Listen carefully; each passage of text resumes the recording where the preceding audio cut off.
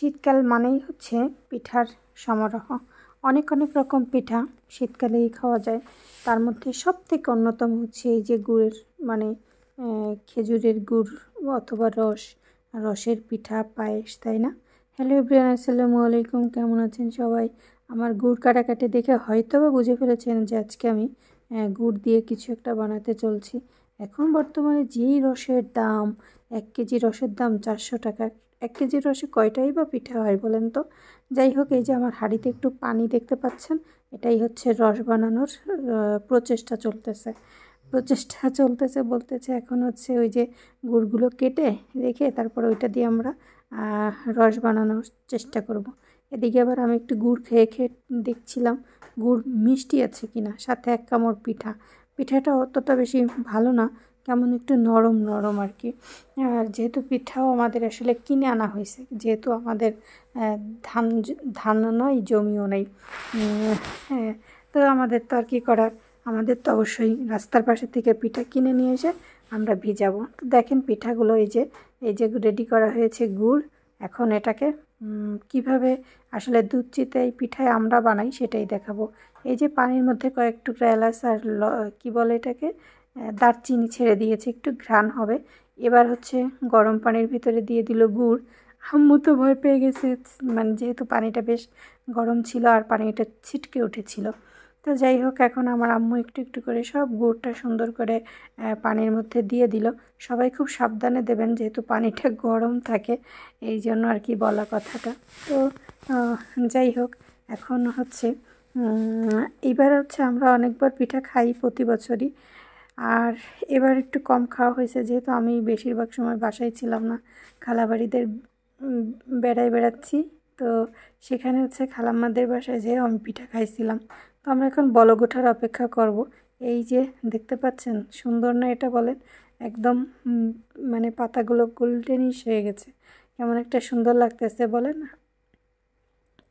তো যাই হোক, পাতাগুলো দেখতে দেখতে দেখলাম আমার রসে অলরেডি জাল উঠে গেছে, মানে আর কি আমাদের কৃত্রিম রসে জাল উঠে গেছে। আমি আবার একটু খালাম্মার চশমা নিয়ে দেখার চেষ্টা করতেছিলাম যে খালাম্মা এত মোটা চশমা দিয়ে কিভাবে দেখে, মানে এত পাওয়ার বাবা, আমার পুরো মাথা ঘুরতেছিল। আমি দেখার চেষ্টা করছিলাম চশমাতে আমাকে কেমন লাগে গাইস, কিন্তু আমি নিজেকে আর কিছুই দেখতে পাচ্ছিলাম না, এরকম অবস্থা। তো আমি আবার খালাম্মাকে চশমাটা পরাই দিলাম। তো যাই হোক, এখন আমরা যে কাজটা করতে যাচ্ছি সেটা হলো, আচ্ছা একটা জিনিস দেখাবো, দাঁড়ান। এই দেখেন চামচটা সুন্দর না? চামচটা ফাঁকা ফাঁকা। এই চামচটা দিয়ে কী করি বলেন তো? আমরা পাঁপড় ভাজার সময় আমি এই চামচটা দিয়ে পাঁপড় উঠাই, ফুচকা উঠাই। তো এই যে গুড় আর হচ্ছে চিতই পিঠাগুলো আর একবার আপনাদেরকে দেখাই দিলাম। তো আমি আর আম্মু এখানে দাঁড়াই, বলতেছি আম্মু পিঠা তার একটুখানি পরেই খেতে পারবো, কিন্তু আসলে পিঠা তো বানাইতে হবে, ভিজাইতে হবে, তারপরে খাওয়ার তো অনেক দেরি। যাই হোক, এখন হচ্ছে আমার যে ওই পানিটায় কতটুকু মানে গুড়টা মিষ্টি কিনা এটা দেখার জন্য আমি আর খালাম্মা আমার আব্বুটে কে যাবে না কে, আমার মা দি পারছে, আমার আম্মু দি খালো, আর আপনি খান। আম্মু খাইছে ওই না, আপনি খাই দেন। হ্যাঁ, খালি ঝগড়া বলাই করার সময়।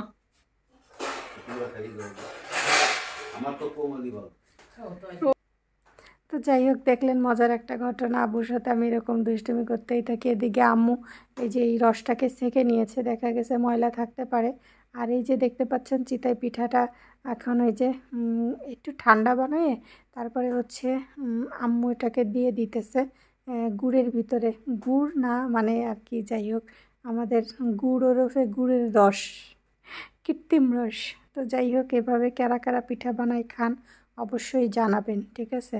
তো এখন একটা একটা করে সব পিঠাগুলো সুন্দরভাবে দিয়ে দিল। দিয়ে এখন আমরা অপেক্ষা করব কখন ভিজবে। ও আচ্ছা, মেইন জিনিসটাই তো দেওয়া হয় না এখন। তো চলেন মেইন জিনিসটাকে আগে আমরা তৈরি করে নিই। এই যে দেখতে পাচ্ছেন পানির ভিতরে আমার আম্মু কতগুলো গুঁড়া দুধ দিয়ে দিছে। এখন এটাকে আসলে সুন্দর করে গুলিয়ে তারপরে হচ্ছে গুঁড়া দুধ তৈরি করতে হবে, যেহেতু আমাদের গরুর দুধ ছিল না আর এতটা অ্যাভেলেবেল পাওয়া যায় না, তো আর কি করা, গুঁড়া দুধ দিয়ে এখন সবই কৃত্রিম, ঠিক আছে। খেজুরের রস নাই, সেটাও গুড় বানাই নিলাম। আর আম্মু যখন দুধ এরকম করে আমি একটু খাবই, হাতে নিয়ে গুঁড়া দুধ চেটে চেটে খাইতে আমার অনেক ভালো লাগে।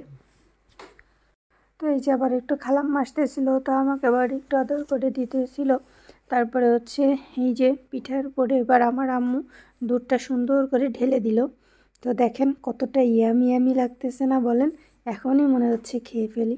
আর এই হচ্ছে আসলে ফাইনালি আমাদের পিঠার মানে একটা লুকস, দেখেন কতটা সুন্দর লাগতেছে। হ্যাঁ, দেখেই মনে হচ্ছে এখনই খাইয়ে ফেলি, কিন্তু আসলে পিঠা ভিজায় কিছু সময় না রাখলে তো আর খাওয়া যাবে না, কারণ জিনিসটা তো ভিতরে ঢুকতে হবে। এই হলো ব্যাপার। এখন ঘুম থেকে উঠে তারপরে হচ্ছে খাওয়া হবে পিঠা। তো কেমন লাগলো আমাদের পিঠা বানানোর প্রসেস অবশ্যই জানাবেন। আল্লাহ হাফেজ।